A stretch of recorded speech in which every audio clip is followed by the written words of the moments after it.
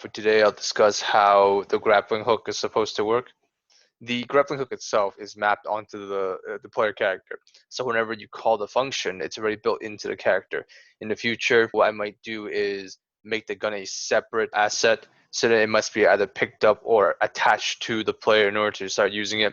And I'll make it a bit more modular, but for now, having it all be kind of mapped into the player itself, this makes it at least a bit more convenient. Before even jumping into the blueprint for it, two new functions need to be created, which I've named move rope and move grapple player.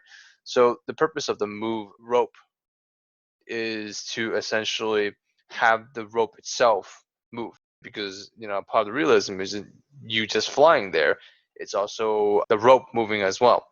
So what we do is essentially create the rope, which we call the grapple, and we're saying by default the visibility of it is set to false because you don't want to see it unless it's being activated. So whenever the move rope function is called, whenever the rope itself is moving, you set the visibility of the grappling hook to true to kind of show that it's real. And once you set it true, you go through a branch node.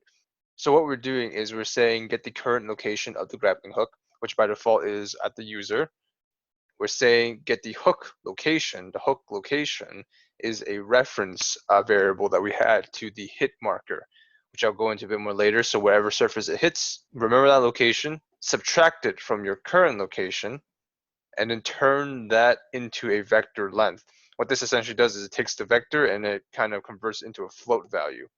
And this condition node here, the less than or equal to, as long as it's less than 100, and that would be the condition.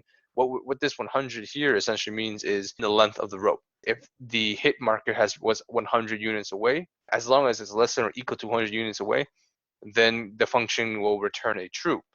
However, if it's greater than 100, then set it to false, of course.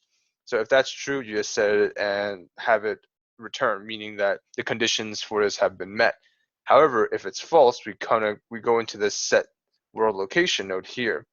And the purpose of this is to essentially have the rope go to this false location. Coming out of it, we create a output node called the reach location. And of course, it's set to false because it didn't reach anything, because it was beyond that 100 unit limit set here. Of course, increasing this will increase the length at which you can throw your rope. But right now, 100 seems like a pretty reasonable amount. Of course, that can be changed anytime. I might promote this to a variable later for easier change, right? So moving on to the move grapple player function, whenever this function is called, we're just basically launching the player. So it's a very simple function. Use to launch a character node. The velocity at which this player is launched has a bit of vector math as well. So what we're saying is we want to get the player pawn, so referencing yourself, get your location, reference the location at which you hooked. So if there's a wall that was, let's say, 90 units in front of you, wherever you hit on that wall will be your hook location. Take the difference of the two of them, get the world delta seconds, which is essentially the tick that the game is running on, multiplied by 250. This 250 value is essentially determining how fast that you launch. Increasing it will make you jump to the location faster, reducing it will slow you down. We multiply them and that vector feeds back into launch velocity. We override X, Y, and Z to make sure we don't get stuck. And that's more or less it. This is the function we use to move the grapple player.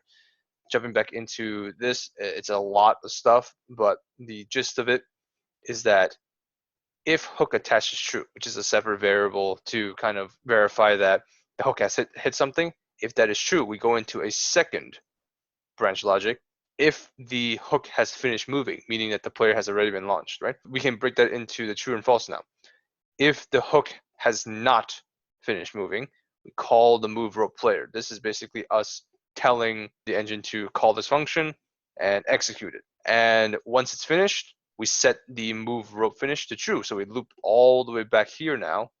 And now, because the move rope function set the move finish to true, we go through the same logic to true, and we move the grapple player.